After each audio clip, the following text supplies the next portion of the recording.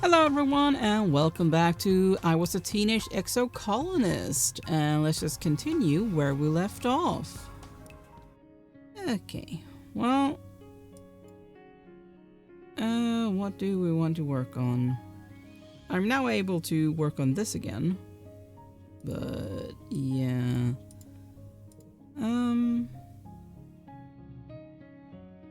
we didn't get animals from any of these, right? No.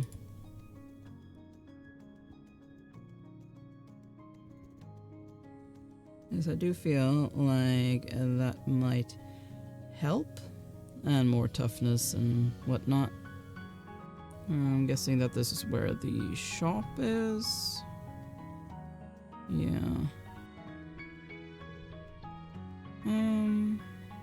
Although I should probably check that. What is in there? Don't really care.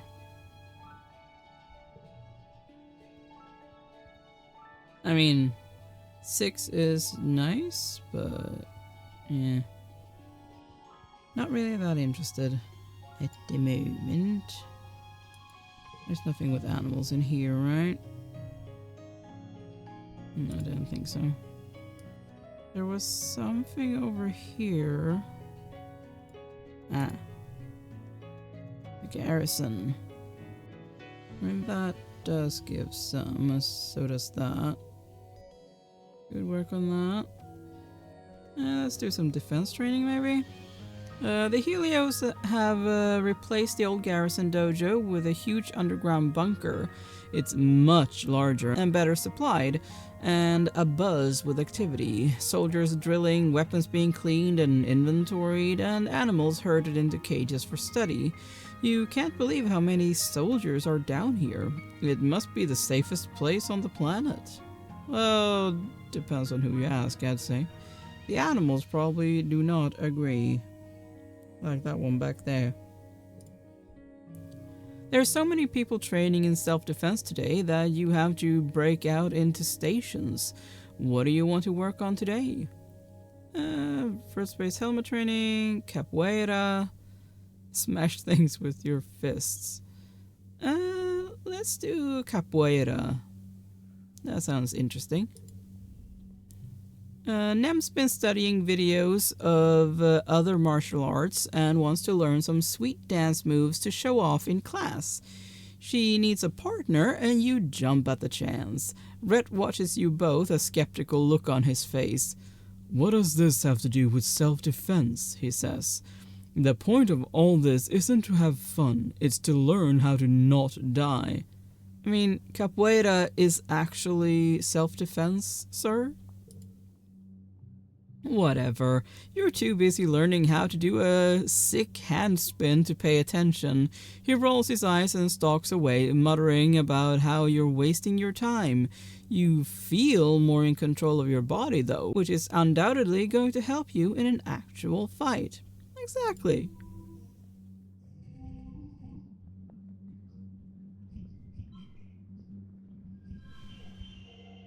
There we go. Woo, super goal. Awesome.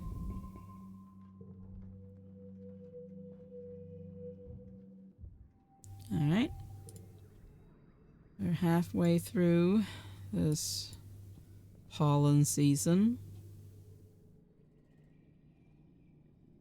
We're almost at a place where we can learn a new perk as well. Hey, Rex. Rex hasn't gotten used to life on the surface yet. You remember your first year, Vertumna seemed so enormous, so full of dangers and mysteries. Well, it still does, but the shock eventually wore off. Rex still has that slightly bewildered look on his face every time he walks outside and the sunlight hits his face. It's so bright and warm. Aw, I don't have enough engineering. No, I have like nothing. Hank's incoming! Rex throws his arms wide. Coach, I'm open! He laughs, catching you as you throw yourself into his arms. He spins you around and growls into your neck, squeezing you tightly. It's a good hug, the kind that makes you instantly just a little more relaxed. Awesome. Maybe learn some engineering, actually. Should be over here, because this is where you are. Yep. Well, that should give engineering. Yep. Oh, friendship with Nomi Nomi as well. It's been a while since you've taken a physics class. You wonder who they got to teach it after Professor Hal died. He was the teacher back on the ship. Who could possibly replace him? Congruence is waiting placidly for class to begin. Oh, Solane, hello, she says as you take your seat. It's been a while since you joined us to learn about the grand world of physics. Don't be surprised. I'm teaching this class now in Professor Hal's absence. Congruence takes her place at the front of the class. Today we will learn about me. I'm the ship's onboard intelligence, but what does that mean? Does anyone have any questions for me? I mean, that's... Oh, she has a database of knowledge. But sure, how do you know so many things? My brain is big, she explains. It's just enormous, really. Much bigger than this little monitor you see here. And it's connected to the ship's holonet, so anything you can look up on your holopalms, I just know. What's your job? Well, right now, part of me is showing animal videos to children in the crash, and part of me is here teaching you. But most of me is monitoring the engines which give us power, and the life support systems that make it comfortable in here. Just listen. Congruence explains that she had to do all kinds of calculations to help fly the ship and land it, and that she was designed to provide a user-friendly interface to the ship's systems. But Hal modded me to be far more than that, she says proudly. Now I can even tell jokes. Why did the computer cross the road? I don't know. Why? Congruence smiles wildly. Yeah, I'm not reading that, but a lot of zeros and ones. I guess the answer was binary.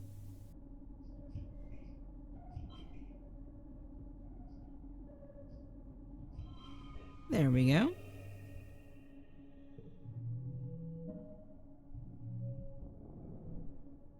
Awesome.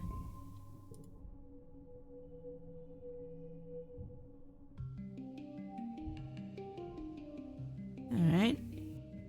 And I'm wondering if, surveys are gonna be done at all again. Those were kind of fun.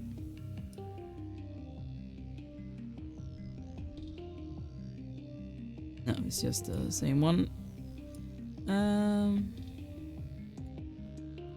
I guess I'll talk to you. Cal looks like he's being run ragged. Hey, Solane, he says, leaning against a pallet of building supplies scavenged from the heliopause. What's up? I don't have a lot of time. I gotta get these over to geoponics, and then we gotta get plants in the ground. Alright. Don't really want to give away any more of my stuff. I guess we'll learn some more engineering. Maybe talk to you. Tang frowns as a unit of soldiers from the heliopause jog past her. An entire ship of thick-skulled, warmongering idiots, she sneers. What a relief. Surely all of our problems will simply go away if we fire lasers at them. Yeah, sorry. Don't have anything for you. So let's study some more engineering. You see a notice on the engineering holoweb. Chief Engineer Instance needs someone to help with after-school tutoring. Literally, anyone who isn't a complete idiot will do because she's desperate. Please apply. Sure, we can apply. You tell Dr. Instance you're interested in the job. She looks up from her hollow palm like she's just noticed you exist. Yes, you'll do, she says, nodding. The younger, slower kids have trouble keeping up with congruence sometimes. You mostly just have to pat them on the back now and then and stop them from wandering off when they're supposed to be studying. No offense, but anyone with a pulse could do it. You wait for further instruction. Instance sighs, shooing you away dismissively. You know where the classrooms are. Just come when you're not doing whatever nonsense teenagers do here. Okay.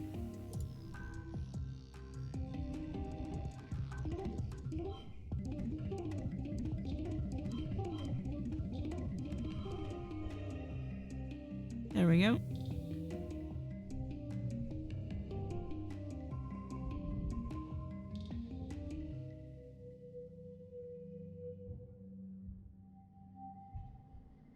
Alright, summer!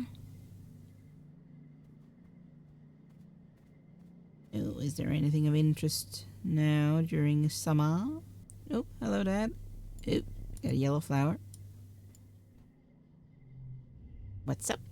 You overhear your dad talking to one of the other cultivators. He seems to be upset about something to do with the new governor and people from the Heliopause. When the other woman leaves, you have a chance to ask some of the burning questions you've had. Who are those new people? Your dad looks startled and tries to muster a friendly smile. You overheard us, eh, kiddo? Listen, Selene. He hesitates and looks around nervously as if afraid you're being watched.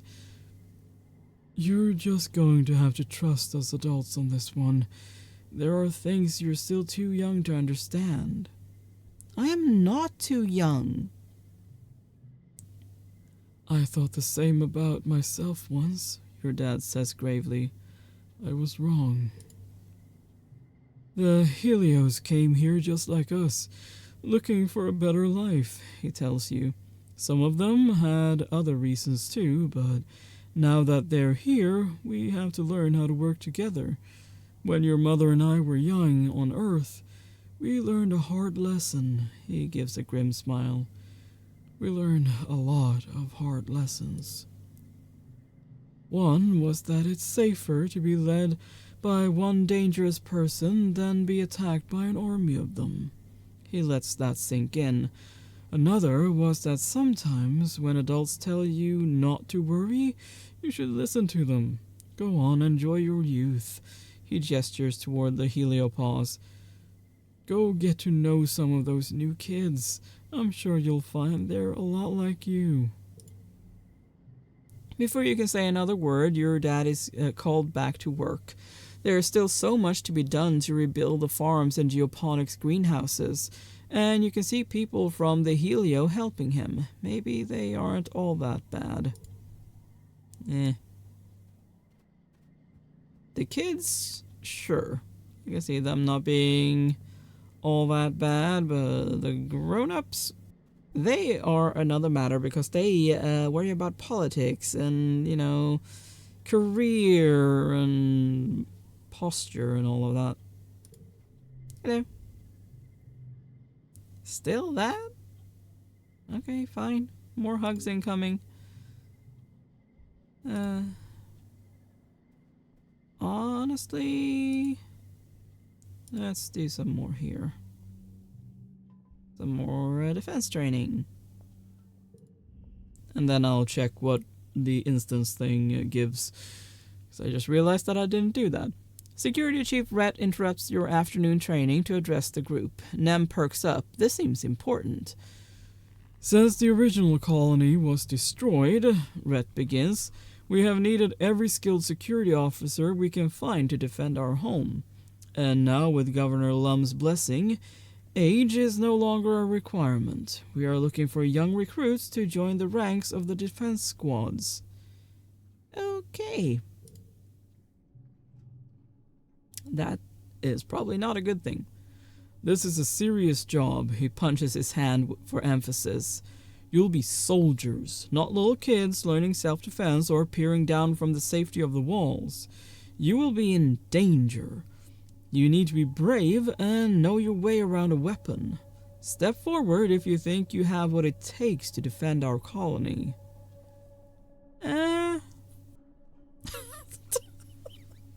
No. I mean, what is our bravery? I mean, yeah, sure. I don't know how much I will do, but yeah, sure. When Red smiles, it's not a happy smile. But do you have what it takes to survive? I mean, I do have just over that.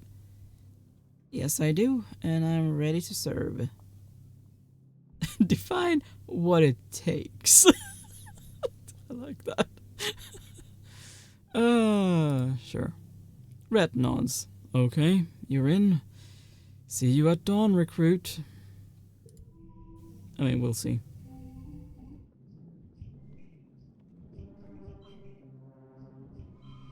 There we go. Obviously, I don't know what exactly it will entail, but we'll see.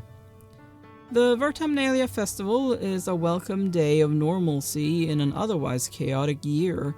Despite some lingering rivalry between the two factions, Vertamnalia is a chance for the Helios and the Stratos to come together and appreciate the bounty of the planet.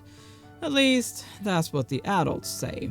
As Governor Lum takes the stage to address the colony, you can't help but notice the crowd has segregated itself according to their ship of origin.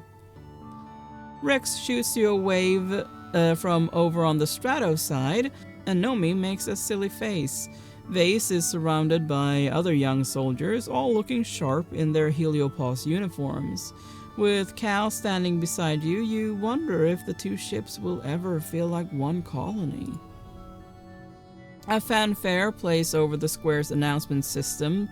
Lum's honor guard do a complex drill with their drone rifles. Greetings, people of Vertamna, Lum says, his voice ringing out over the square. We may be far from our beautiful Earth, but we can still celebrate and be thankful for what we have here. We've worked hard to save this beleaguered little colony from the brink of destruction, and should be proud of our work. The Helios cheer. Your side of the square is more quiet. I know some of you have been asking, Lum, how are you going to do it all by yourself? How are you going to run the colony, solve everyone's problems, turn this planet into a paradise, and look this good? Lum strikes a pose to a smattering of polite applause. Well, I have the answer for you, he continues. The old council made a lot of bad choices, like illegally leaving Earth. But I believe in second chances, so I've appointed the original department heads to my own council. Lum's Council 2.0. Better not disappoint me, he laughs and makes finger guns at the department heads at the foot of his podium. Stay on your toes, Stratos. I also want to promise everyone here today that we're going to make Vertamna safe for humans, Lum says. The next time those bastard Xenos attack, we're going to blow them to so many little pieces there won't be enough left to wipe off our boots. We've already got the defenses, he says, gesturing broadly to the new, taller, thicker walls, and we're building homes for everyone. Homes where people can raise children again, knowing that our military men and women are keeping us safe. Big cheers from both sides this time. Some of the colonists around you even have tears in their eyes, especially those who lost family in the last attack. Lum goes on for a while, lionizing the Heliopause's military strength and casting subtle digs at your failed colony experiment. Finally, the crowd disperses to set up the square for the afternoon festivities, some traditional and some new. At the tables, Aunt Anne and the kids are setting out the spread for dinner. There's an unimaginable amount of food thanks to the Heliopause's huge ration surplus and the piles upon piles of xeno meat from the hunting parties for those who can stomach it. And it's all smiles, clearly making an effort to move on as Lum mandated despite still mourning her lost son Calm. But not even the festive atmosphere can force a smile onto Nem's face. Yeah, let's go for that. I miss my mom. Cal hauls a massive tureen of stew onto the table. Yeah, me too, he adds quietly. She should have been here to see this. I think she'd be really proud of how hard we worked in geoponics.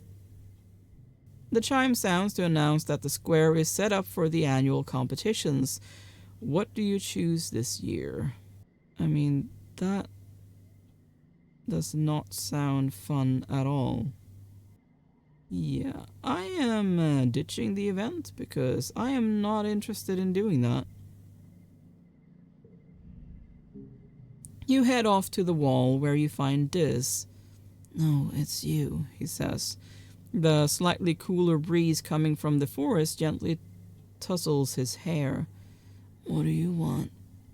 Just getting some time alone. Yeah, me too, Diz says, staring at you. So I'm going to go over here now. By mutual silent agreement, you and Diz stake out places on the wall a comfortable distance apart. It's peaceful. This place sucks now, Diz says after a few minutes of silence. I can't believe we got taken over by a bunch of stupid soldiers, and everyone's down there playing nice with them and pretending like they're going to help us. He looks out towards the wilderness. What's out there is bigger than their guns. I know it. After the festivities, the mood in the colony is a lot lighter. You see people smiling easier and often see mixed groups of Helios and Stratos socializing together. It feels like the first time people have actually let themselves relax. Yeah, well, I still do not trust. Oh? New cars in the depot. Okay. Well, don't know if I'm actually going to buy anything, but I'll check.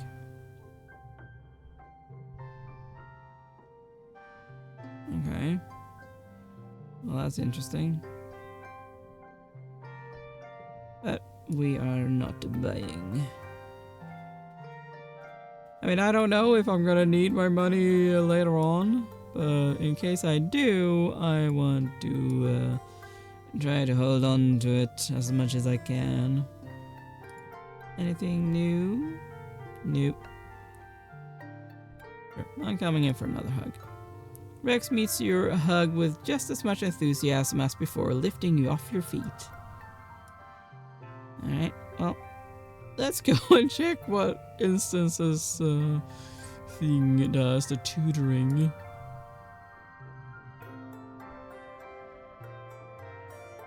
Reasoning and empathy, okay. My empathy is kinda low. And I'm probably gonna go with more engineering. To further your engineering knowledge, you're taking a mini-class with Chief Engineer Instance on the construction and maintenance of your holopalms. These devices are engineered bismuth crystals embedded in your palms when you start school. They use the heat and electric current of the human body to power themselves, to talk to each other, and connect to the HoloNet, Congruence's massive repository of information.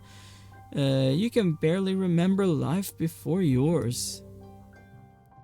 Holopalms were commonplace by the time the Vertumna group first formed on Earth, and the square bismuth is grown in the lab, Instance explains.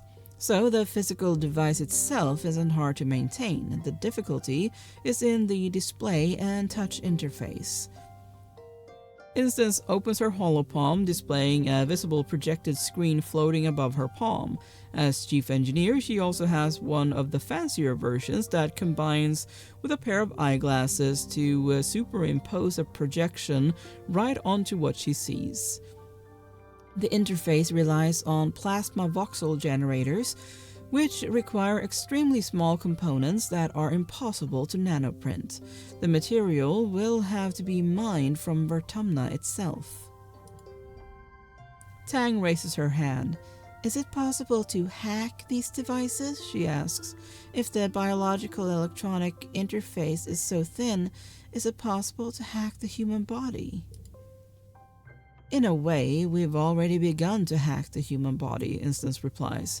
What do you call gene tech? Everything the body does and is capable of depends on 4 nucleobases in different configurations. It's no different than congruence. Human and artificial intelligence are both built from a limited code and are transformed into more by the building. Your genetic enhancements, superhearing and sight, temperature regulation, increased resistance to fear, disease, and fatigue, all present in the human genome and unlocked by the power of science. The class splits into working groups to explore installing modules onto your holopalm. You and Tangent are in a group together. She begins installing a mod that will let her scan inorganic materials and get a reading of their chemical compositions. What do? Oh, I don't have enough. Just learn from Tangent. I'm not going to remove it. You don't feel comfortable modding your own holopalm yet, so you just sit and watch Tang as she upgrades hers. She's hesitant at first, but relaxes after she realizes that you're not here to judge her. You learn a lot from her. She can be nice so long as you don't ask too many dumb questions and you're doing something she likes.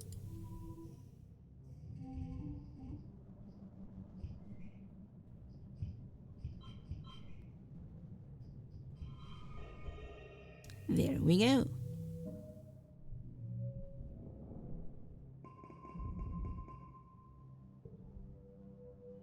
Oh, hello, Tang.